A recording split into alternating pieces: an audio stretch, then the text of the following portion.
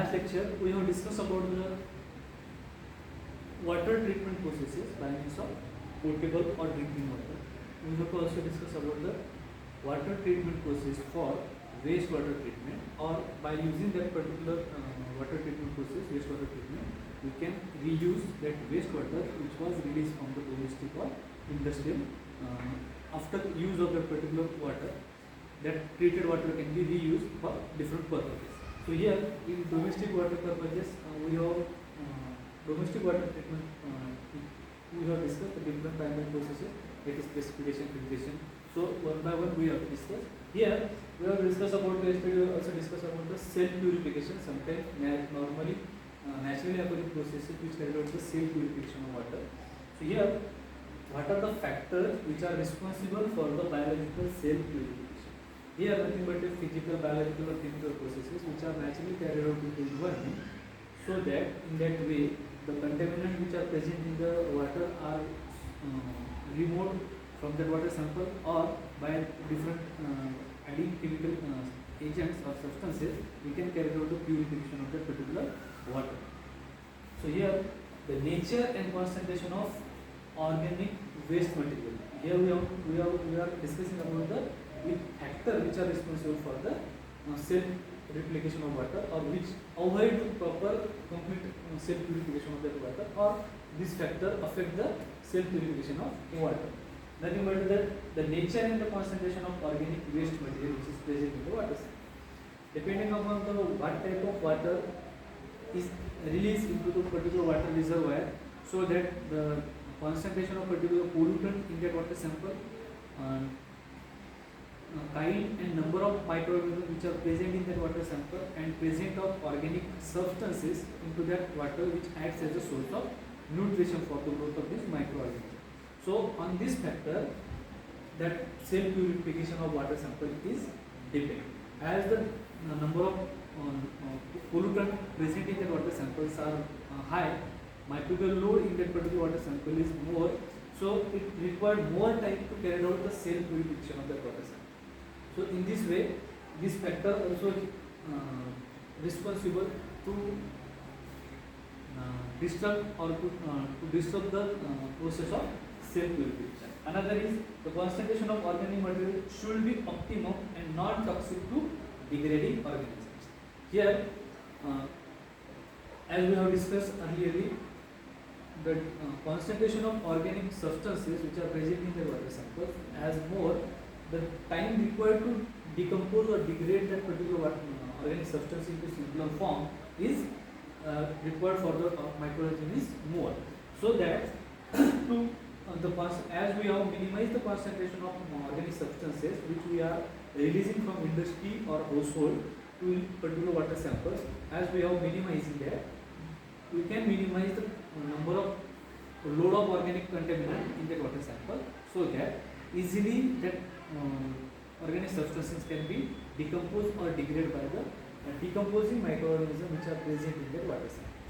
So by this way we can affect the self purification or increase the rate of self purification of water sample. So it is nothing but another factor how we can minimize the organic pollutant incorporated into the water samples.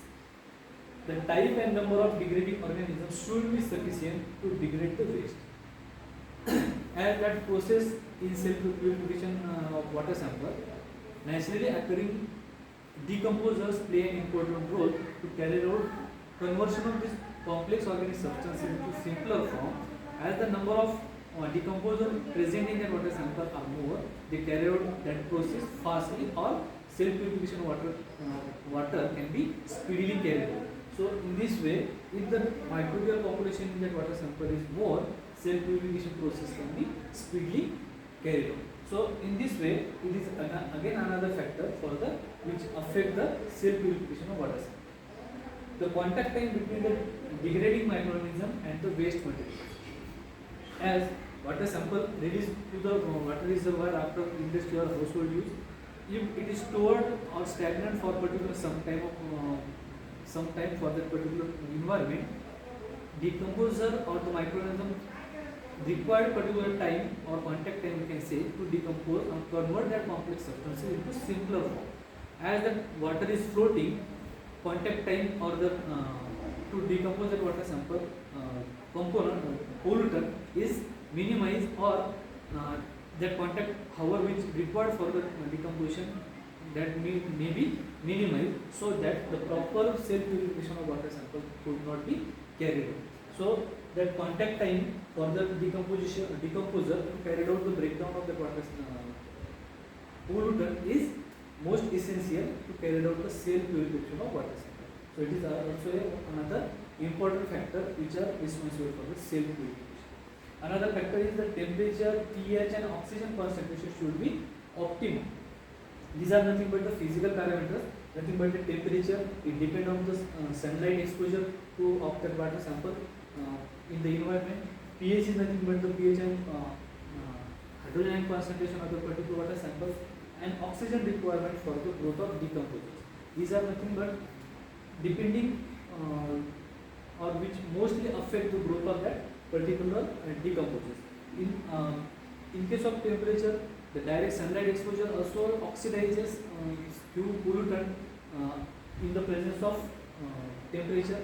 Sometimes excess temperature or low temperature, excess pH or low pH, or more oxygen or lower presence of oxygen can be harmful for the growth of this decomposer, as some microorganisms can be killed if directly exposed to the sunlight, or they avoid the growth of this microorganism. In acidic or basic pH, some microorganisms could not grow, so that the proper self purification of the water sample could not carry out. Depending upon the oxygen concentration, at the surface level oxygen level is more, but as the suspended particle deposited at the bottom of the water sample, their depletion of oxygen is minimized, so that growth of microorganisms in that condition are avoided or disturbed, so that this factor also affect the proper self purification of that particular water sample. So in this way, here the availability of minerals in wastewater should be sufficient. In one side we are talking about the organic substances which are releasing from the industry or household should be minimized, so that pollution can be minimized or controlled by means of our controls. But here we have to discuss about the decomposers which are surviving that particular water sample, and they play an important role for the self purification of water samples, and also for their growth they require a nutrition. So availability of nutrition for the growth of that particular water sample should be minimum or optimum, so that the proper growth can be carried out and they carry out the natural process of self purification of water samples. So these are the most affecting factor of self purification of water. Here, how the bacterial self purification are carried out. It is defined as a decrease in number of all type of bacteria, especially those of fecal origin, that is from the they are enter into the water sample, entry from the incorporation and flow time. The killing rate of bacteria in river and the streams largely depend on the hydraulic and biological characteristics of the river. Here, how the bacteria carry out the self purification we have discussed. It is nothing but defined as the decrease in number of all type of bacteria. Here we have to discussing about the pathogenic type forms of organism which can be transferred or released from the industrial or household use. So we have to minimize the number of microorganisms which are incorporated from the entry of that water sample into that particular water reservoir. So we have to minimize the bacteria which are entered into the water sample. Decrease in number of all type of bacteria, whether they are pathogenic or non-pathogenic, though they are fecal origin or non-fecal origin. Here, in previous lecture we have discussed about the fecal coliforms and how they are entered into the water sample. So by this way we have to minimize the entry of that particular organism into water sample, whether they are from fecal origin, from entry of incorporation and flow time. As the number of microorganisms increases in that water sample depending upon the availability of nutrition into that water sample. So by controlling particular mode of nutrition or entry of nutrition into the water sample, we can minimize the load of microbial count in that water sample. The killing rate of bacteria in river and the streams largely depend on hydraulic and biological characteristics of the river. Killing rate, that is nothing but the death rate of that organisms, it also depend on these physical parameters like exposure to temperature, pH range of that particular water sample, oxygen availability of that water sample. So these are nothing but the factor. Also the polluting substances, some chemicals which are which avoid the growth of microorganisms. If they are present in the water samples, they avoid the growth of microorganisms. Again, that factor is also responsible for the cell purification or bacterial growth into that water sample. So by controlling the water sample, that hydraulic and biological characteristics of river or that streams are also different for the bacterial growth into that water sample. Death rate of bacteria is 20 times more in shallow river than deep river. Here, as the cell purification by the bacteria is carried out by different processes, as the water present in the river, whether it is shallow river or deep river, so survival rate of bacteria are also affected. So here, death rate of bacteria is 20 times more in case of shallow river than deep river in case of nutrition availability. As shallow river, the surface water is continuously flowing from one place to another, so the contact time also decreases or vary from one place to another. Also, the suspended particles are settled down at the particular depth of that particular water sample, and they are not directly available to floating microorganisms. So, depth or the water depth is responsible for the availability of nutrition for that microorganism. So, death rate of that microorganism is more as compared to the deep river. In another aspect, cell purification is also carried out speedily in case of shallow water, as the water is continuously floating and proper mixing and volatilization of different organic pollutant substances are continuously carried out. Some molecules are oxidized so that they are released into the environment. Some gases which are produced in that water sample, they are normally released into the environment, so that quality of that water can be easily improved by floating water. So in another aspect we have to discuss in that way. The death rate of bacteria is more in summer than in winter due to non-tolerance of the high temperature. Here in the cell purification we have also discussed these are nothing but the physical parameter. Here the direct exposure of sunlight to that particular water, it also affects the growth of bacteria. In another aspect, in shady time or where sunlight is not available for the growth of that microorganism, some organism require sunlight for their growth, or sometimes that sunlight exposure is hazardous or which affect the growth of that bacteria. So in that way, in the case of summer, bacterial count in that water samples can be minimized by exposure to the sunlight. The organic waste in river is doubtful whether it influences the growth of coliforms or destroy it.